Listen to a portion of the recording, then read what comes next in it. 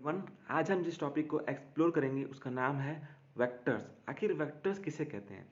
Vectors को बताने से पहले मैं आपको फिजिकल क्वांटिटी के बारे में बताना चाहूँगा कि फिजिकल क्वांटिटी आखिर क्या होती है। कोई भी सब्सटेंस की फिजिकल क्वांटिटी होती है कि उस सब्सटेंस कोई सब्सटेंस है उसकी फिजिकल प्रॉपर्टी क्या है। उस फिजिकल प्रॉपर्टी को जो हम मेजर करते हैं वो होती है फिजिकल क्वांटिटी। जैसे लेंथ एक फिजिकल प्रॉपर्टी है किसी सब्सटेंस की, वो कितना लंबा है। अगर हम उसे मेजर करेंगे तो हम कहेंगे इस फिजिकल क्वांटिटी की मेजरमेंट ये है।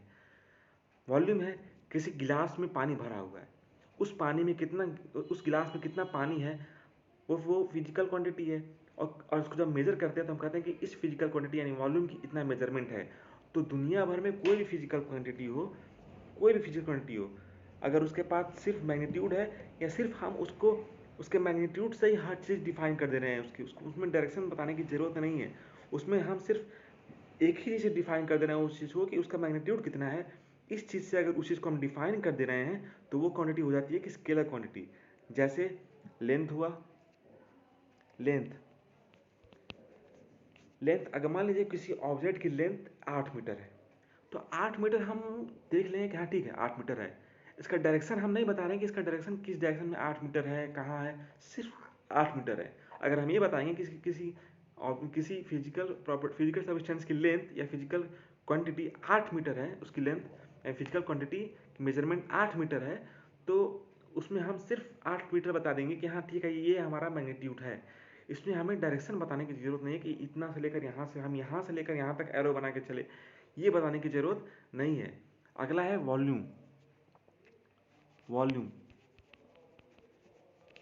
आप मेरे साथ वीडियो बने रहेगा, मैं एंड में आपको एक बहुत रोचक जानकारी दूंगा जो आपने शायद शायद ही नोटिस किया हो। इसके लिए एंड तक आप बने रहिएगा।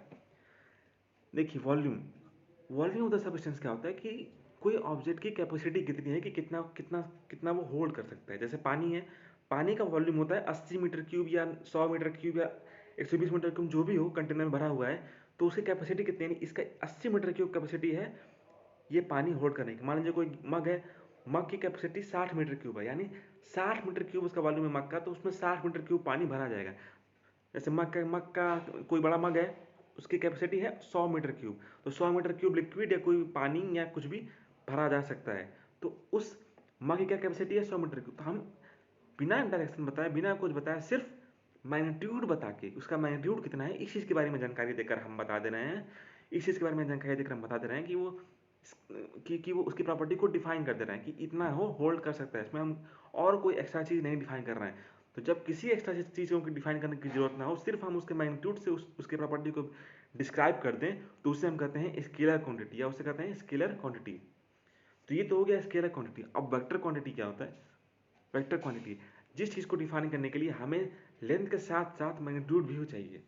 हम लेंथ के साथ साथ मैग्नीट्यूड भी जब डिफाइन करते हैं, सॉरी मैग्नीट्यूड के साथ साथ जब डायरेक्शन भी डिफाइन करते हैं, तब हम कहते हैं कि वेक्टर है। जब हमें मैग्नीट्यूड के साथ साथ उसके वेक्टर मैग्नीट्यूड के साथ साथ उसके डायरेक्शन को डिफाइन करने की जरूरत पड़े, तो हम कहते हैं कि वो क्वांटिटी वेक्टर क्वांटिटी है। जैसे डिस्प्लेसमेंट हुआ, मान लीजिए कोई ऑब्जेक्ट यहाँ से लेकर यहाँ तक चला, फिर ऊपर गया, तो इसकी डिस्प्लेसमेंट क्या होगी? यहाँ से लेकर ये जो है इसकी डिस्प्लेसमेंट होगी। तो इसकी डिस्प्लेसमेंट, तो डिस्प्लेसमेंट डायरेक्शन क्या होगी? यहाँ डायरेक्शन हुआ ना, यहाँ डायरेक्शन क्या हुआ कि इनिशियल साइड्स, इनिशियल डिस्टेंस जहाँ शुरू हुआ वहाँ से फाइनल डिस्टेंस जहाँ खत्म हुआ, वहाँ से वहाँ तक का जो डायरेक्शन है वो डिस्प्लेसमेंट है। यहाँ से शुरू हुआ, यहाँ चला, यहाँ ऊपर गया, यानी शुरुआत से लेकर अंत तक जो पाथ बना, शुरुआत से लेकर अंत तक जो पाथ बना या जो डिस्टेंस कवर हुई इन द डायरेक्शन, उस डायरेक्शन में, किस डायरेक्शन में? इस डायरेक्शन में। तो क्या है ये डिस्प्लेसमेंट? डिस्प्लेसमेंट का डायरेक्शन क्या होता है कि फाइनल पोजीशन से लेकर इनिशियल पोजीशन के बीच में जो डिस्टेंस होती है वो डिस्प्लेसमेंट होती है। फाइनल पोजीशन से लेकर इनिशियल पोजीशन से लेकर जो डिस्टेंस होती है, डिस्टेंस स्केलर है, लेकिन डायरेक्शन क्या है? फाइनल पोजीशन से लेकर इनिशियल पोजीशन तक हम एक डायरेक्शन असाइन कर रहे हैं। यानी क्वांटिटी क्या हो जा रही है? वेक्टर। जब किसी सब्सटेंस में या जब सॉरी क्वांटिटी में हम एक डायरेक्शन स्पेसिफाई कर दे तो वो क्वांटिटी वेक्टर हो जाती है। हर कोई क्वांटिटी वेक्टर नहीं हो सकती। एग्जाम्पल देता हूँ मैं, मास। हर कोई क्वांटिटी जो जिसके पास डायरेक्शन है वो वेक्टर नहीं हो सकता। एग्जाम्पल दे सकते हैं, जैसे मास है, ये स्केलर है, मास स्केलर है। मास क्या है कि मास ऑफ द सब्सटेंस क्या है कि अगर किसी चीज़ का मास 80 kg है, 80 के जी मास है तो उसका हम वेक्टर नहीं डिफाइन कर रहे हैं, उसको हम स्केलर से ही डिफाइन कर दे रहे हैं कि उस चीज़ का, हाँ ठीक है वजन 80 किलो है, उसका वजन 80 किलो, इसमें डिफाइन करने की जरूरत नहीं है कि डायरेक्शन क्या है, सिर्फ हम उसके स्केलर से ही उसकी प्रॉपर्टी को डिफाइन कर देना है, यानी मैग्नीट्यूड से ही स्केलर यानी मैग्नीट्यूड से ही हम उस चीज़ को डिफाइन कर दे रहे हैं कि ठीक है इसका मास इतना है, ठीक है इसका इस बॉडी का मास 100 है, ठीक है उस मास का मास 120 है, इसका 140 है, ऐसे मतलब हम सिर्फ डिफाइन कर दे रहे हैं बिना वेक्टर के हम, यानी बिना डायरेक्शन के हम डिफाइन कर दे रहे हैं किसी की प्रॉपर्टी को, तो हमको स्केलर हो जाएगा। अब यही बात आती है वेक्टर की। वेक्टर में क्या होता है कि मास स्केलर है लेकिन वेट है, वजन, वेट ऑफ द सब्सटेंस वो वेक्टर क्वांटिटी है। वेट क्या है? Weight is a vector quantity. अब वेट वेक्टर क्वांटिटी क्यों हो गया?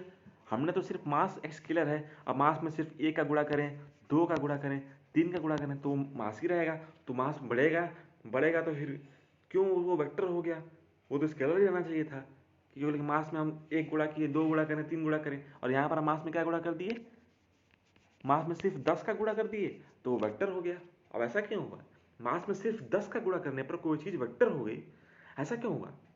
मास में सिर्फ 10 गुणा करने पर वेक्टर हो गई, तो इसका रीजन सिर्फ ये है कि कोई चीज़ वेक्टर तभी होगी जब उसके पास मैग्नीट्यूड होगा, डायरेक्शन होगा, और वो triangle law of addition, vector law of addition को फॉलो करे, वेक्टर लॉ ऑफ एडिशन को फॉलो करेगा, तब हम वेक्टर कहेंगे। तीसरी प्रॉपर्टी क्या आ गई? मैग्नीट्यूड, डायरेक्शन, और तीसरा वेक्टर लॉ ऑफ एडिशन। 3 चीज़ों को फॉलो करेंगे तो हम कहेंगे कोई सब्सटेंस वेक्टर है।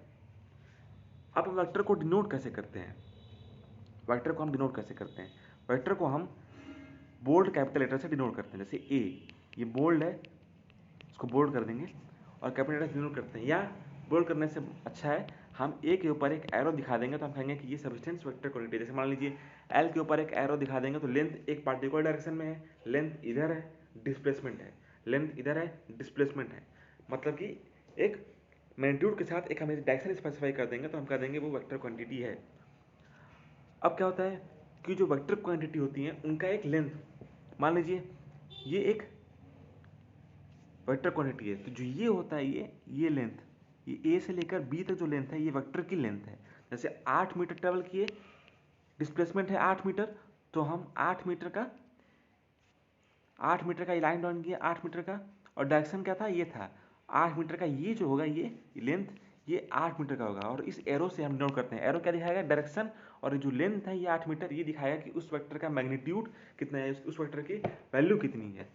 जैसे मान लीजिए डिस्प्लेसमेंट 10 न्यूटन है, सर डिस्प्लेसमेंट 10 मीटर है, और वो इस डायरेक्शन में है, तो हम 10 मीटर का एक लेंथ खींचेंगे और उसके ऊपर एक एरो लगा देंगे, यानी डायरेक्शन इस साइड है, डायरेक्शन हमारा इधर तरफ है, और कितना मैग्नीट्यूड है? ये जो लेंथ है ये मैग्नीट्यूड बताएगा, यानी 10 मीटर हमारी मैग्नीट्यूड है। तो ये होता है वेक्टर। वेक्टर के एग्जाम्पल्स बहुत सारे हैं। वेक्टर के एग्जाम्पल्स जैसे डिस्प्लेसमेंट हुआ, वेलोसिटी हुआ, एक्सेलरेशन हुआ, फिर आपका हुआ फोर्स हुआ, वेट तो मैंने क्लियर किया, एक्सेलरेशन ड्यू टू ग्रेविटी हुआ, ग्रेविटेशनल फील्ड हुआ, इलेक्ट्रिक फील्ड हुआ, मैग्नेटिक फील्ड हुआ, dipole movement, torque, linear momentum, angular momentum. बताइए लीनियर मोमेंटम और एंगुलर मोमेंटम दोनों वेक्टर के अंदर आते हैं।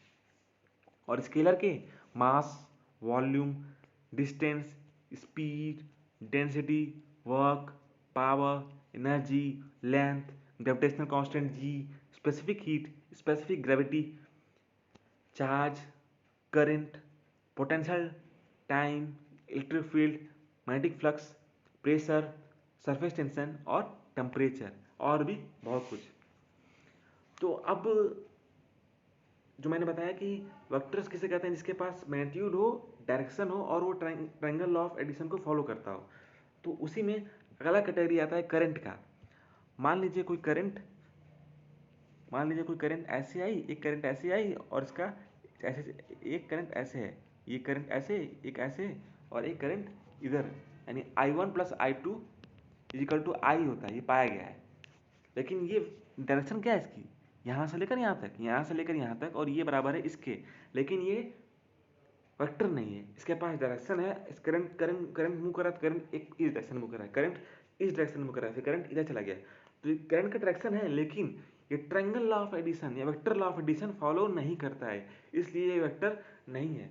और वेक्टर लॉ ऑफ एडिशन क्या है मैं अगले वीडियो में बताऊंगा। उसके पहले आज का हम एक इंटरेस्टिंग फैक्ट जान लेते हैं कि आज का मैंने एक इंटरेस्टिंग फैक्ट आपसे कहा था कि वीडियो के एंड में मैं बताऊंगा। तो आज का इंटरेस्टिंग फैक्ट ये है कि मान लीजिए किसी चीज़ का हमें एक्सेलरेशन दिया हुआ है कि अगर मान लीजिए बॉडी का एक्सेलरेशन 1 मीटर प्रति सेकंड स्क्वायर है, तो क्या हम बता सकते हैं कि वेलोसिटी प्रति सेकंड कितना बढ़ रही है उस ऑब्जेक्ट की? उस ऑब्जेक्ट की वेलोसिटी प्रति सेकंड कितना बढ़ रही है कि एक्सेलरेशन 1 मीटर प्रति सेकंड स्क्वायर हो जा रहा है? तो इसका सीधे सीधे आंसर होगा कि हमने जो कॉन्सेप्ट बनाया है या हमने जिस चीज़ों को एक्सप्लोर किया है, चारों तरफ अप्लाया है या उसको अप्लाइड किया है, उसमें एक्सेलरेशन जो है 1 मीटर प्रति सेकंड स्क्वायर, ये जो 1 है यही इतनी ही वेलोसिटी से इंक्रीज कर रहा है। इतनी वेलोसिटी प्रति सेकंड इतना वेलोसिटी 1 मीटर इंक्रीज कर रहा है। वो क्यों हो रहा है उसके लिए देखते हैं। उसके लिए होगा कि acceleration is equal to v minus u upon t. Acceleration is equal to v minus u upon t. V क्या है मान लीजिए वी 8 है, यू क्या है 4 है, 4 और कितना टाइम लगा 2, 8 माइनस 4, 4 बटा में 2, 2 मीटर प्रति सेकंड स्क्वायर। यानी देखिए सिंपल सी बात है, यहाँ से आप देखिए इनिशियल वेलोसिटी थी 4 से 4 मीटर प्रति सेकंड से 8 मीटर प्रति सेकंड होने में कितना टाइम लगा? टाइम इक्वल टू कितना था? टाइम इक्वल टू 2 सेकंड था। Time equal to 2 second.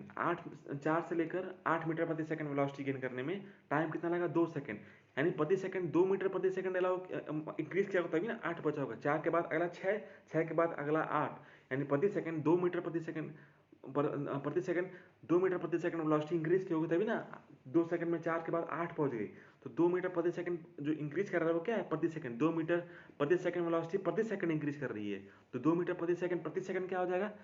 2 metre प्रति सेकंड क्या हो जाएगा? 2 मीटर प्रति सेकंड स्क्वायर। यानी प्रति सेकंड वेलोसिटी 2 मीटर प्रति सेकंड मतलब होता है कि प्रति सेकंड वेलोसिटी 2 मीटर इंक्रीज कर रही है।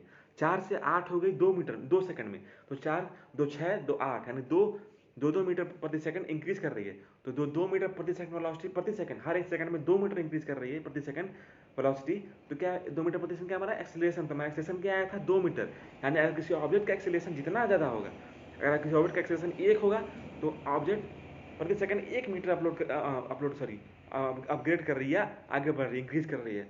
अगर ऑब्जेक्ट का वेलोसिटी 2 मीटर प्रति सेकंड होगा, ऑब्जेक्ट का वेलोसिटी एक्सेलरेशन 2 मीटर प्रति सेकंड स्क्वायर होगा, तो यानी हर सेकंड 2 मीटर प्रति सेकंड से वेलोसिटी इंक्रीज कर रही है। अगर वैल्यू एक्सेलरेशन की नेगेटिव होगी तो प्रति सेकंड वेलोसिटी उतना नेगेटिव, मतलब कि -4 है, -4 मीटर प्रति सेकंड स्क्वायर, तो यानी प्रति सेकंड वेलोसिटी -4 मीटर प्रति सेकंड वेलोसिटी घट रही है प्रति सेकंड। इसका मतलब ये होता है।